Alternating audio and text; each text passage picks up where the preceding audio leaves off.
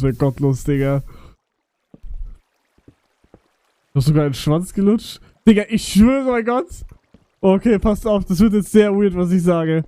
Ich habe TikTok gestern empfohlen bekommen zu so einem Porno-Video, ne? Wie immer.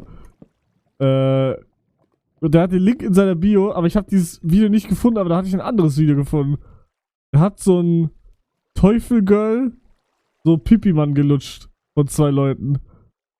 Nee, das war das andere. Davor habe ich gesehen, da hat jemand so ein Schokoeis hingehalten. Da hat sie so gemacht. Hat sie Augen zugemacht und hat er so ausgetauscht mit seinem Pipi-Mann und hat das Schokosauce drauf gemacht. Und die hat dann die ganze Zeit so halt, ne? Und dann kam mir wirklich die Frage auf, dass ich das mal selber machen will. Einfach um zu wissen, wie diese Konsistenz sich auf der Zunge anfühlt.